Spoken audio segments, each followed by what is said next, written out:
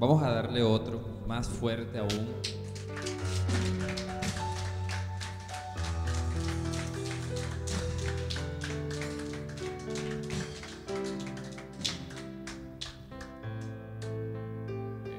Vamos a orar un pequeño instante y vamos a pedirle a Dios que tome el control. Yo sé que Él ya lo tiene, pero Señor Jesús, te damos gracias, Señor, por esta noche. Padre, por cada una de las personas, oh Dios, que tú has traído, Señor, a este lugar. Padre, creo, Señor, en tus propósitos, Señor. Creo, Señor, en que nada, Señor, pasa si no es por tu voluntad, Dios. Y hoy, Señor, en tus manos colocamos, Señor, este tiempo, Dios. Me coloco delante de ti, Señor. Que se haga tu voluntad, oh Dios. Que seas tú quien hable, Señor. Disponemos nuestros corazones, Señor, a escuchar tu voz, Padre, y que tu palabra, Señor, sea sembrada en nuestros corazones, oh Dios. Padre, para crecer, para cambiar, oh Dios, para ser conforme a lo que tú dices, Señor, y amarte, oh Dios, en espíritu y en verdad, Dios. Te alabamos. Amén. ¿Se puede sentar? ¿Me escucha? ¿Está bien el volumen? A mí me llamó mucho la atención al principio cuando el hermano Antonio coordinaba, porque no sé si es porque es mi primer miércoles, pero les confieso, no se siente lo mismo que predicar un sábado. Me siento como más, no sé, como con más, no, ánimos no, porque tengo ganas, pero estoy nerviosito ya. Pero Dios tiene el control y uno siempre pregunta: Señor, ¿es esta la palabra? ¿Será, Señor? Y casualmente lo que Dios tiene preparado para hoy también se lo dio al hermano Antonio. Él abrió el libro de Jonás y yo le invito a que vayamos allá.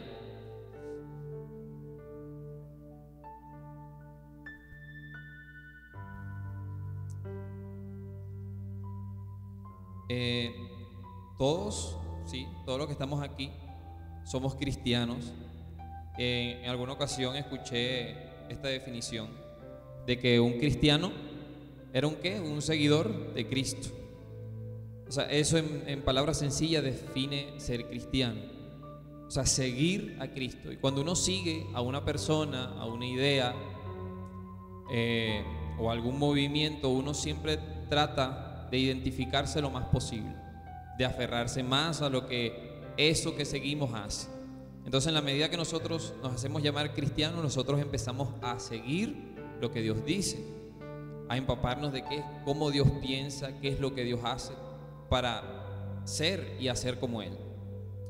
Entonces, cuando uno sigue, uno procura aprender del que dirige. Y dirigir es, o sea, decirnos por dónde debemos caminar.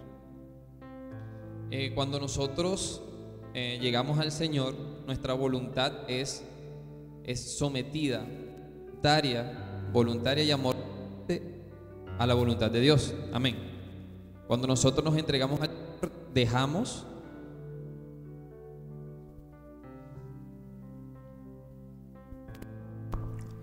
sí. Cuando nosotros nos entregamos al Señor, dejamos de hacer nuestra voluntad. ¿Me le puedes bajar eco?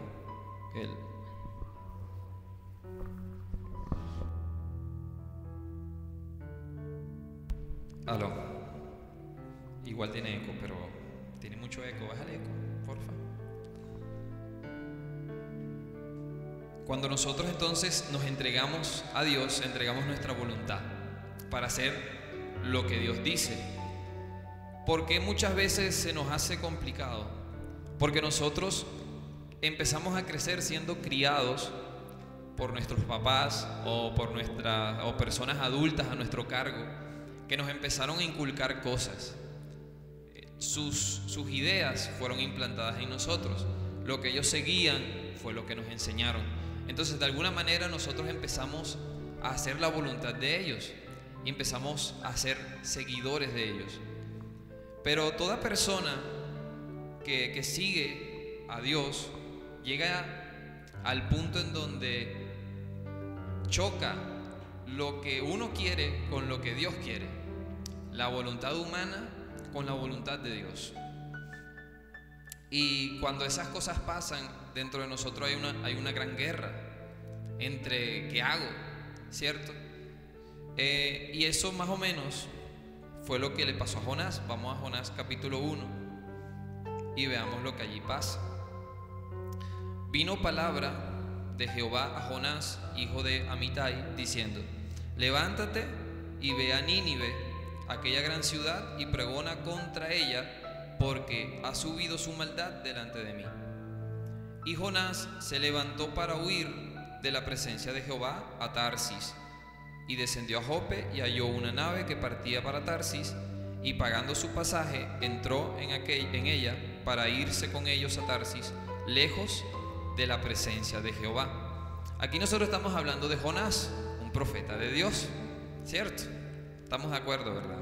O sea, no era cualquier persona, era una persona usada por Dios.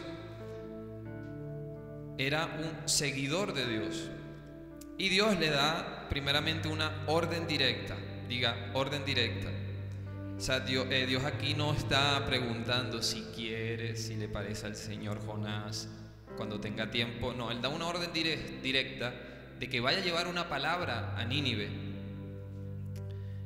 Pero Jonás pasa por ese momento más adelante en los siguientes capítulos, pero me adelanto un poco. Jonás, la voluntad de Dios chocaba con lo que él pensaba, chocaba con lo que él creía.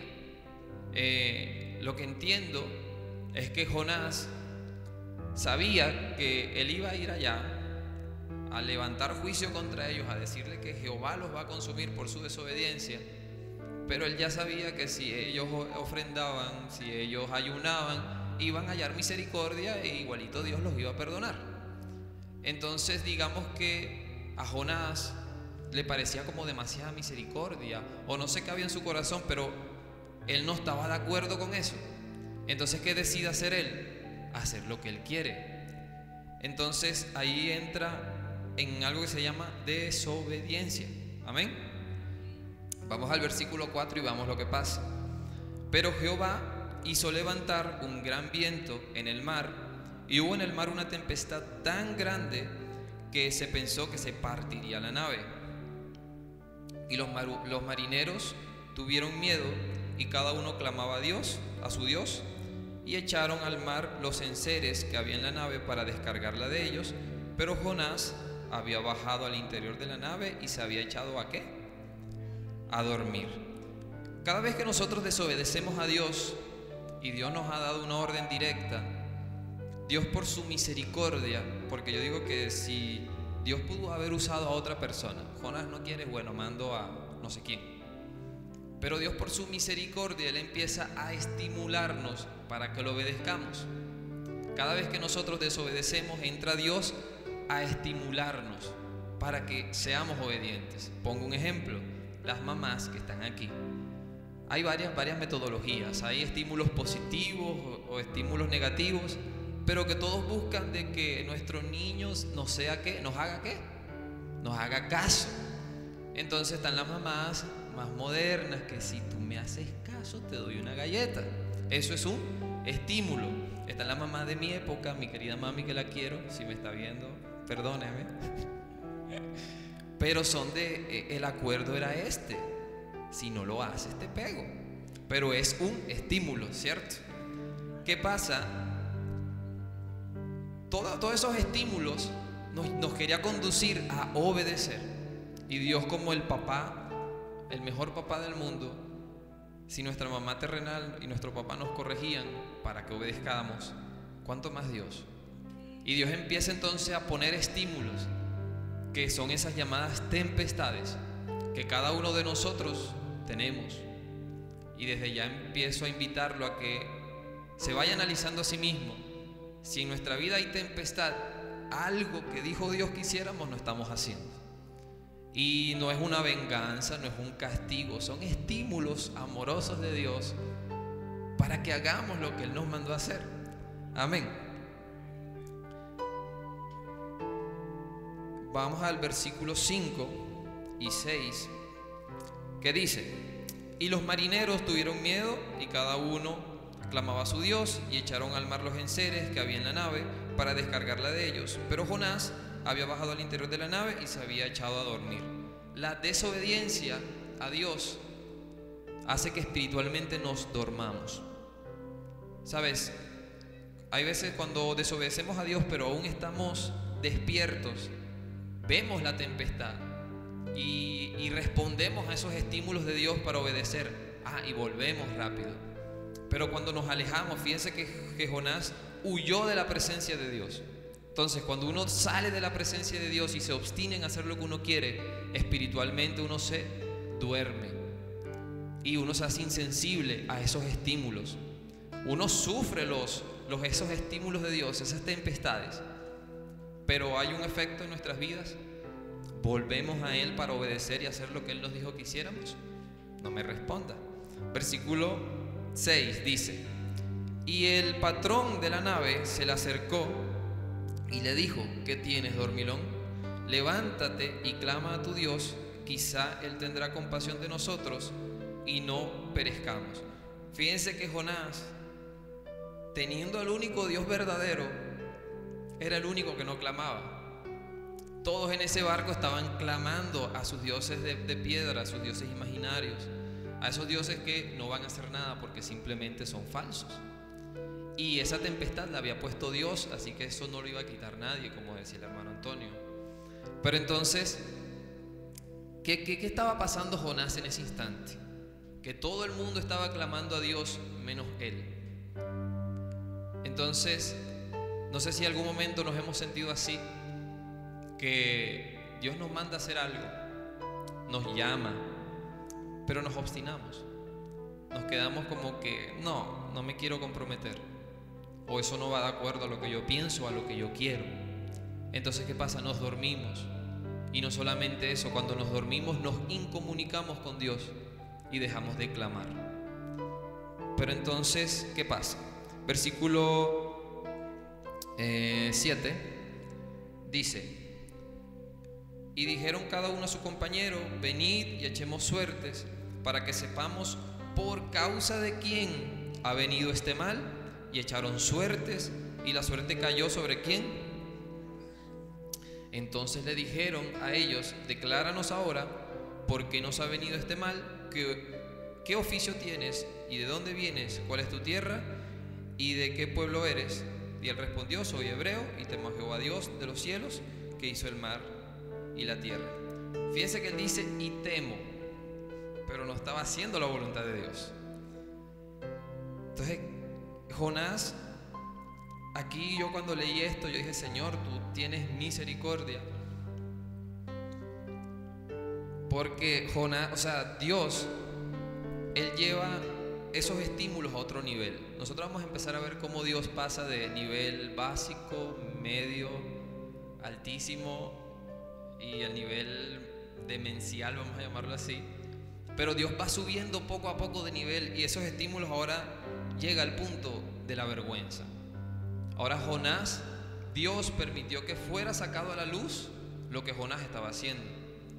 ¿Sabes? Muchas ocasiones hacemos lo que a Dios no le agrada, y si no nos han descubierto, si no nos han puesto en vergüenza, es porque Dios tiene misericordia. Porque Dios ahorita mismo está en el nivel tempestad, diciendo: hey, clama a mí, hey, regresa y haz lo que te dije. Si Dios no te ha puesto en vergüenza y hay algo que Dios te dijo que hicieras y no lo estás haciendo, aprovecha, porque llegará el momento que Él subirá el nivel de presión para que tú obedezcas y va a salir a la luz. Amén. ¿Seguimos? Entonces, pero fíjense que Dios es bueno y Él no nos quiere avergonzar. Vamos a Salmos 37. Salmos 37, 18.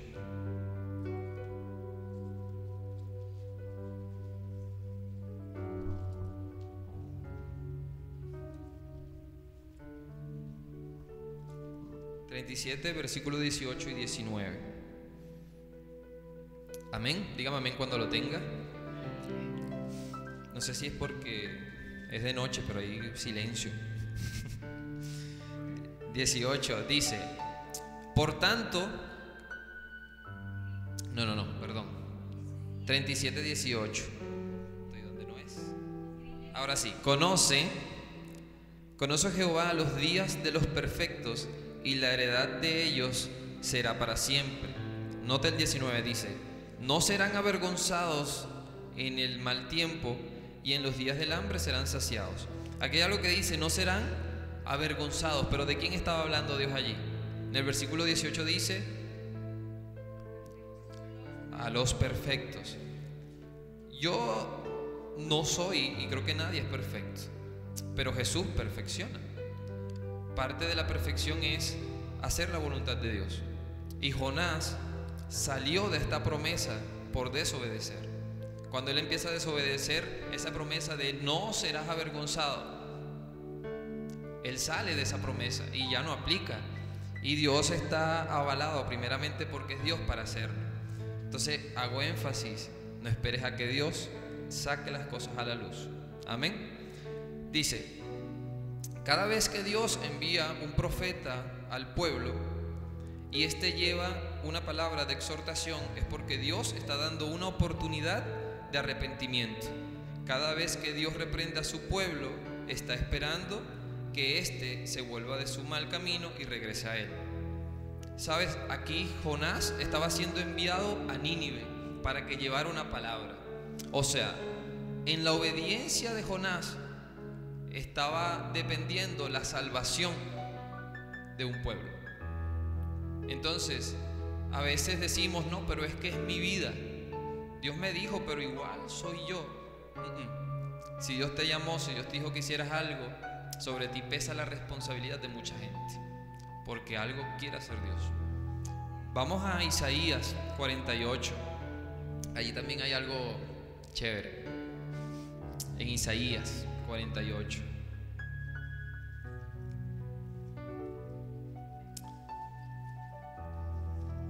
Voy rapidito porque estamos cogidos de tiempo. Isaías 48:1.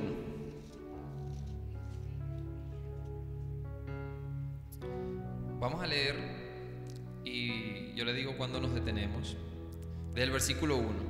Dice: oíd esto, casa de Jacob, que os llamáis del nombre de Israel, los que salieron de las aguas de Judá, los que juran en el nombre de Jehová y hacen memoria de Dios, del Dios de Israel, mas no en verdad ni en justicia. Porque de la santa ciudad se nombran y en el Dios de Israel confían. Su nombre es Jehová de los ejércitos. Lo que pasó, fíjense lo que dice aquí: lo que pasó ya antes lo dije y de mi boca salió, lo publiqué, lo hice pronto y fue realidad. Por cuanto conozco que eres duro y vara de hierro tú servís y tu frente de bronce, te lo dije ya hace tiempo, antes que sucediera te lo advertí, para que no dijeras: mi ídolo lo hizo, mis imágenes de escultura y de fundición mandaron estas cosas. Vamos a detenernos allí un momento. Aquí está pasando algo similar. Nuevamente Dios aquí está dando una palabra de exhortación al pueblo de Israel. El pueblo de Israel había dejado el culto a Dios y cayó en idolatría. Pero fíjense que al igual que Jonás, que en medio de ese barco, en medio de que él era la razón por la que un poco de gente se iba a ahogar y que había una tempestad que iba a romper ese barco, aunque Jonás era la razón, él decía: yo soy tal, tal, tal y temo a Dios. Y aquí Dios dice que el pueblo otra vez está diciendo esto. O sea, decía,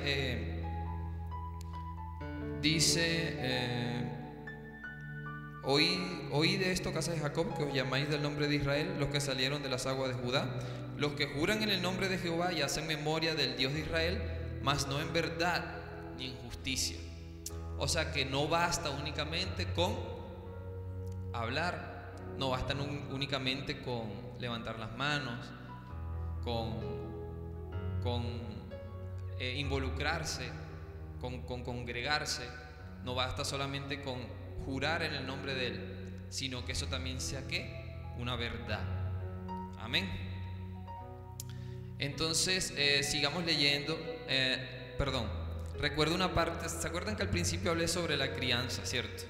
de cómo nuestros papás nos enseñaban con esos estímulos. Yo no sé si a algunos les ha pasado que cuando uno se equivocaba, nuestras mamás nos recalcaban de que nos los habían dicho, ¿sí o no? Se lo dije, y se lo dije, y se lo dije. Y Dios es así también. Él nos lo dice y nos lo vuelve a repetir, y nos lo vuelve a repetir, y nos lo sigue diciendo. Y aún así no escuchamos. ¿Por qué no escuchamos?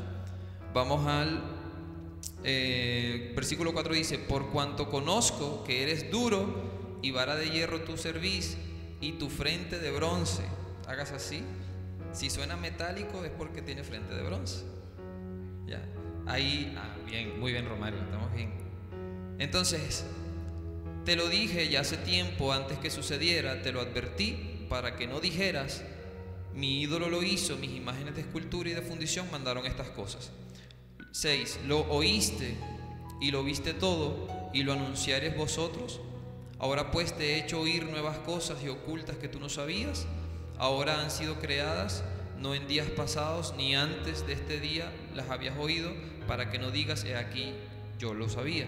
Sí, nunca lo habías oído, ni nunca habías conocido. Ciertamente, prestemos atención al 8, ciertamente no se abrió antes tu oído, porque sabía que siendo desleal habías de desobedecer, por tanto te llamé rebelde desde el vientre. Fíjense esto, o sea, Dios les daba a entender cosas al pueblo. Dios enviaba su palabra, y Dios nos manda palabra hoy. Pero muchas veces, ¿qué hacemos? Mejor no escuchar, porque yo sé que voy a desobedecer. Mejor no me involucro, porque eso me va a dar aquí en la frente de bronce y me va a hacer que yo cambie. Amén. Es común ver, se lo digo como líder de jóvenes, ver jóvenes que vienen y después no vienen más, porque cuando vienen Dios empieza a decirles: tienes que cambiar, tienes que dejar de hacer esas cosas. ¿Quieres mis bendiciones? Tienes que cambiar. ¿Quieres que te use? Tienes que cambiar. Pero está esa frente de bronce que hace que la palabra rebote, esa dura cerviz, y no vienen. ¿Por qué? Porque sabe que si vienen, Dios va a demandar cambio. Entonces mejor no me comprometo si sé que no lo voy a hacer. Y algo más o menos pasa así, ¿cierto? Entonces volvamos sigamos allí para ir más rápido. Versículo 9. Por amor de, ¿qué dice? Por amor de mi nombre diferiré mi ira, y para alabanza mía la reprimiré, para no destruirte. A mí me encanta esto porque, ¿qué es diferir? ¿Quién me dice diferir? ¿Qué es diferir? Exacto, aplazar. Cuando uno escucha de pagos diferidos, es que tú me pagas después. No es que Dios elimine la ira, no es que Dios coge la ira y la desaparece, así, ¡fuf! No, Él, ¿qué es lo que hace? Aplaza. Si Él manda una palabra, es porque Él está aplazando lo que te merecías, y lo que me merecía lo está aplazando. Que estemos aquí vivos es porque Dios está aplazando las cosas, porque Él espera que algún día obedezcamos, que algún día escuchemos al profeta, que algún día escuchemos esa palabra que nos dice: hey, cambia, amén, haz lo que te mandé a hacer, ve a Nínive, ¿cierto? Vamos al versículo 10, dice 9: por amor de mi nombre diferiré mi ira, y para alabanza mía la reprimiré, para no destruirte. ¿Quién ha reprimido la ira aquí alguna vez?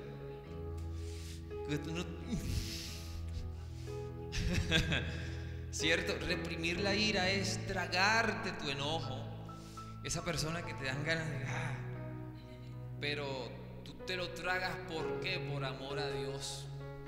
Dios no puede amar a algo, o sea, yo digo, por amor a algo más bello que Dios no existe. Dios dice: por amor de mí mismo, por amor a mí, me voy a aguantar y te voy a dar otra oportunidad. Pero dice versículo 10, dice: he aquí, te he purificado, y no como a la plata, te he escogido en horno de aflicción. O sea, Dios nos va a purificar. Él reprime esa ira para darnos la oportunidad de ser purificados, pero en horno de aflicción. O sea, nos va a doler. O sea que esos estímulos de obediencia suben a otro nivel. Ya estábamos primero en el nivel tempestad, nivel vergüenza, nivel horno de aflicción. Y ahora vamos a ver el siguiente nivel. Volvamos a Jonás. Y allí terminamos, si Dios quiere. ¿Ah?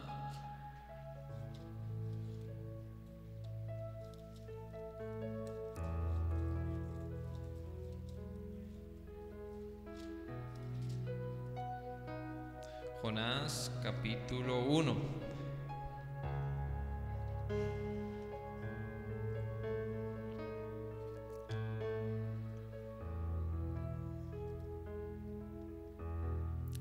Versículo 10, habíamos quedado allí. Nada más nos faltan, ¿qué? 4 capítulos, 3. Versículo 10 dice, no se preocupe. Versículo 10 dice: y aquellos hombres temieron sobremanera y le dijeron: ¿por qué has hecho esto? Porque ellos sabían que huía de la presencia de Jehová, pues él se lo había declarado. Y le dijeron: ¿qué haremos contigo para que el mar se nos aquiete? Porque el mar se iba embraveciendo más y más. O sea que los estímulos de Dios van en aumento. Dios te quiere llamar a la obediencia. Sientes tempestades, sientes que todo empeora, obedece. Dile al que está a tu lado: obedece. 12 dice: él le respondió: tomadme y echad al mar, y el mar se os aquietará, porque yo sé que por mi causa ha venido esta gran tempestad sobre vosotros. Aquí Jonás al menos estaba claro que era por él. Que nosotros estemos claros que lo que estamos viviendo es mi culpa, en mi caso, su culpa en su caso, es nuestra culpa respectivamente, porque después me apedrean allá afuera, es culpa de Walter. No, pero fíjense que aquí Jonás, él por lo menos estaba reconociendo: estoy en desobediencia. Qué difícil es, por ejemplo acá en Isaías, el pueblo decía que él estaba bien, pero Dios dándole. Aquí Jonás ya empieza y da el primer paso, que es reconocer que algo está mal. Amén. Dice 13: y aquellos hombres trabajaron para hacer volver la nave a tierra, mas no pudieron, porque el mar se iba embraveciendo más y más contra ellos. 14: entonces clamaron a Jehová y le dijeron: te rogamos ahora, Jehová, que no perezcamos nosotros por la vida de este hombre, ni pongas sobre nosotros la sangre inocente, porque tú, Jehová, has hecho como has querido. Sabes, nuestra desobediencia, nuestra obstinación, el irnos a Tarsis en vez de a Nínive, pondrá en riesgo la vida de inocentes. Cada vez que nosotros desobedecemos a Dios, Dios nos dice: no hagas eso, no tengas esa relación así, porque no. Y nos obstinamos, o ella se obstina, no sé, al que le caiga. Nos obstinamos, y entonces ahí es donde vienen los hogares destruidos, familias destruidas, hijos rebeldes, todas y esas cada una de cosas, porque una persona le plació irse a Tarsis, ¿ya? Desobedecer. Sigamos. 15. Y tomaron a Jonás y lo echaron al mar, y el mar se aquietó de su furor. Se aquietó el furor del mar. ¿Eso a quién benefició? A los marineros, ¿cierto? A los que estaban en el barco. Pero Jonás, ¿cómo estaba? Ahora Jonás se está ahogando. O sea que los estímulos de Dios seguían ¿en qué? O sea, Jonás, por favor, obedece. Bueno, para el agua. Y temieron aquellos hombres, 16, y temieron aquellos hombres a Jehová con gran temor, y ofrecieron sacrificio a Jehová e hicieron votos. 17. Pero Jehová tenía preparado un gran pez que tragase a Jonás, y estuvo Jonás en el vientre del pez 3 días y 3 noches. Por misericordia de Dios, Dios pone un pez para que no te mueras, porque yo no quiero que te mueras. Dios no quiere que te mueras. Dios quiere que obedezcas. Entonces manda a la ballena, vamos a decir, a ese gran pez, y se lo traga. Pero Jonás, si él hubiese quedado en el mar, se ahoga y fin de la historia. Pero ahora estaba en el vientre de un pez. O sea, Dios sube aún más los estímulos, llamándonos a la obediencia. Ahí Jonás no me va a obedecer. Y fíjense Jonás, cómo yo no sé qué lucha había en su corazón, como para llegar al punto de ser tragado por un pez y tener que esperar 3 días y 3 noches. O sea, no sé qué había en su corazón, o no sé qué rabia le tenían a los de Nínive, que no quería llevar la palabra para allá. ¿Ya? Entonces, imagínense, yo he visto dibujos de Jonás en el vientre de una ballena. ¿Cómo son esos dibujos? Dígame, para que hable, porque están muy calladitos. ¿Ah? Muy coloridos, a paredes con una fogata adentro de la panza, o sea.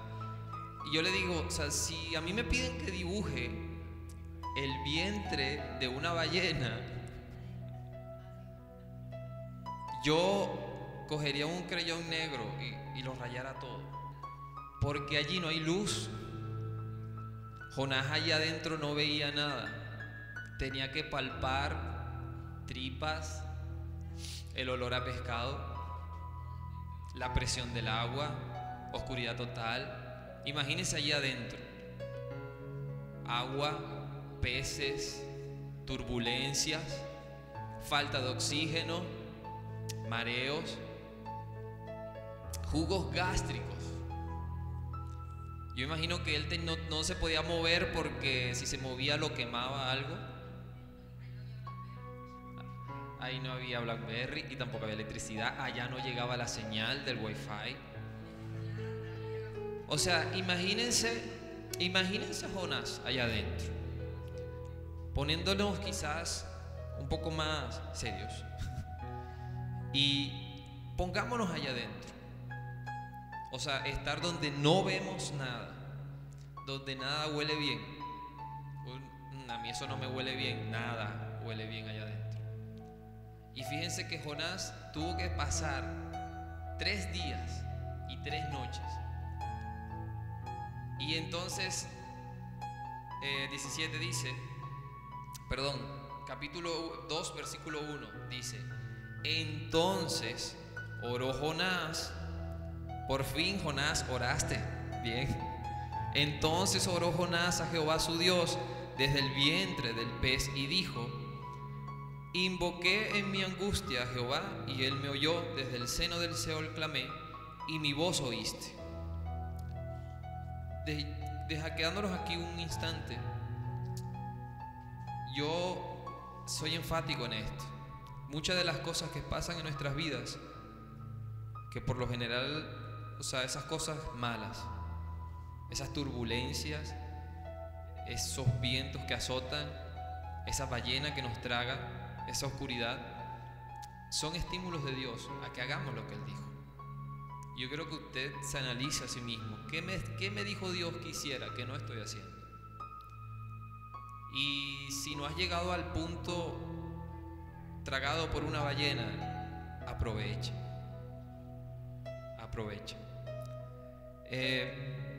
Dice: me echaste, versículo 3, me echaste a lo profundo en medio del mar, de los mares, y me rodeó las corrientes, todas tus ondas y tus olas pasaron sobre mí.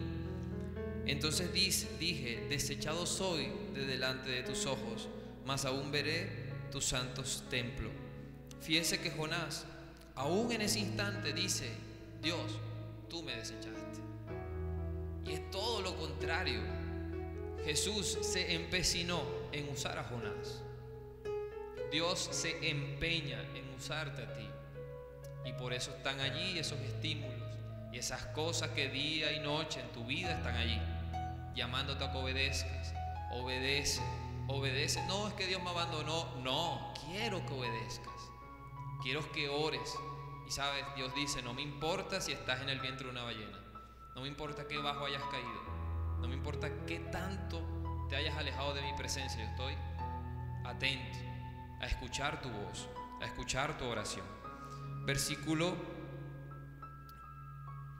4 otra vez. Entonces dije, desechado soy de delante de tus ojos, mas aún veré tu santo templo. 5. Las aguas me rodearon hasta el alma, me rodeó el abismo. El alga me enredó a mi cabeza, se enredó en mi cabeza. 6. Descendí a los cimientos de los montes, la tierra echó sus cerrojos sobre mí para siempre. Qué bonito lo que viene. Mas tú sacaste mi vida de la sepultura, oh Jehová Dios mío. Cuando mi alma desfallecía, en mí me acordé de Jehová. Y mi oración llegó hasta ti en tu santo templo. Los que siguen vanidades ilusorias, su misericordia abandona. Mas yo con voz de alabanza te ofreceré sacrificios. Pagaré lo que prometí, la salvación es de Jehová. ¿Sabes?